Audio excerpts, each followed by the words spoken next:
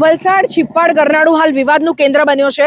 પૂરના પાણી ઓસરી ગયા બાદ પણ વલસાડના રસ્તાઓ ચાલુ થઈ ગયા હતા। મોગરાવાડી ગરનાળું પણ જે છલકાયું હતું, પાણી ઉતર્યા બાદ ચાલુ થઈ ગયું હતું। છીફવાડ ગરનાળું હાલ 3 થી 4 દિવસ પહેલા જ ખોલવામાં આવ્યું ત્યારે પણ અંદરની જે હાલત હતી ખૂબ જ કહેવાય કે તદ્દન તંત્રની કામગીરી દેખાઈ આવતી હતી। થૂક ચોપડી હોય તેવી વાત હતી અને 15 દિવસ શું કર્યું એ લોકો અંદર આપણને ખબર નથી। હાલ જ્યારે પાછું ખોલ્યું અને 15 દિવસ માટે ફરી બંધ કર્યું છે, શું છે લોકોની પ્રતિક્રિયા એમની પાસેથી જાણીશું। શું નામ છે આપનું ભાઈ? નરુણભાઈ। અહીંયા જ રહો છો? અહીંયા જ રહીએ છીએ અમે। શું કેવું છે આ રસ્તો જ્યારે બંધ છે છીફવાડ ગરનાળાનો? ત્રાસી ગયા છે આ કામથી। જી હવે થોડાક દિવસ પહેલા 2 દિવસ પહેલા ચાલુ કર્યું ને પાછો હવે આ બંધ કરી દીધું। અમારે હવે ઘર રહેવાનું છે બેન, અહીંની સાઈડ અમે રાખવા રેલ પરથી ફરીને જોખમ કરીને જવું પડે, બરાબર? રેલ પરથી ટ્રેક પરથી જવું પડે છે, બરાબર। મેં નહીં પણ બધા જ હવે હાલમાં જે સ્કૂલના છોકરાઓ છે કે બધા જ જે મજૂરો છે કે કામ કરતા હોય તો બધા ટ્રેક પરથી જાય જોખમ ઉઠાઈને બેન। એટલે હવે તો તંત્રથી અમે થાકી ગયા છે બેન, રજૂઆત કરીને કે હવે ક્યારે હવે આ એનું નિવારણ આવે એ અમે ઈચ્છા રાખીએ છીએ ને જેમ બને તેમ એનું કઈ નિવારણ આવે એવું અમે ઈચ્છા રાખીએ છીએ બેન।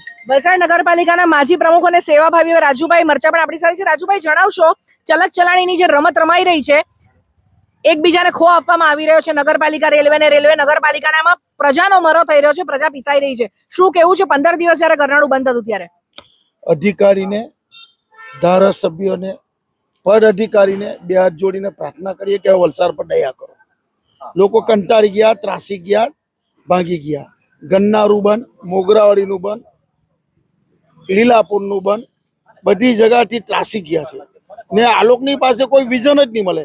જો આ 15 દાડા કામ ચાલતું હતું તો તમે હું જખ મરાવી કે આયલું આજ તમારે ત્યારે કામ ચાલુ કરી જ દેવાનું હતું। આજે 42 ગામ, આજે તમે વિચાર કરો કે સ્મશાન ભૂમિએ જવું હોય તો કાંઠી લોકો પડીને જવાના, સ્કૂલના બચ્ચાઓને, હોસ્પિટલને, બધાને ત્રાસ। શું આ અધિકારીને, પદ અધિકારીને પ્રજા પર દયા જ નથી આવતી? શું તમારો અંદરાત્મા મળી પડવાલો છે?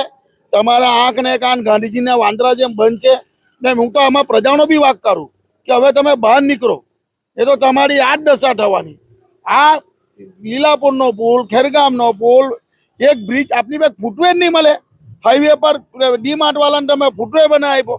અત્યારે નગમાબેન ને ભરતભાઈ ધારાસભ્ય આવેલા, મારે માફ કરજો ધારાસભ્ય ભરતભાઈ, તમારો છોકરો એમએલએ બની જશે પણ આ પુલ નહીં બનશે।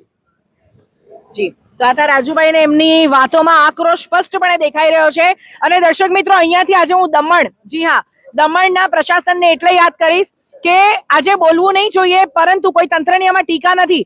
દમણમાં જે રોડ ઉખડી ગયો હતો, કલસરની જો હું વાત કરું છું, ત્યાં રોડ માત્ર 2 દિવસમાં બની ગયો અને વલસાડ ખાતે તંત્ર એવી રીતે કોની રાહ જોઈ રહ્યું છે, કોના શ્રીફળ ફોડાવવાની રાહ જોયું છે?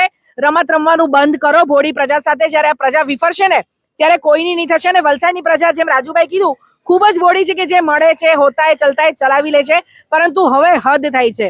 15 દિવસ પહેલા બંધ હતું, અગાઉ પણ મેં કીધું કે ખબર નહીં શું કર્યું, આગળ સાબસિડીની રમત રમતા હતા અંદર બેસીને તંત્રવાળા, કે 2 દિવસ ખાલી મું દિખાઈ કરીને ગરનાળું ચાલુ કરી દીધું, પાછું 15 દિવસ બંધ કર્યું છે। અને બીજું, હજી પણ કદાચ હું કહું કે ગેરંટી નથી કે જ્યારે 23 તારીખે ગરનાળું શરૂ થશે વળી પાછું કંઈક અંદર નવો વિવાદ આવે।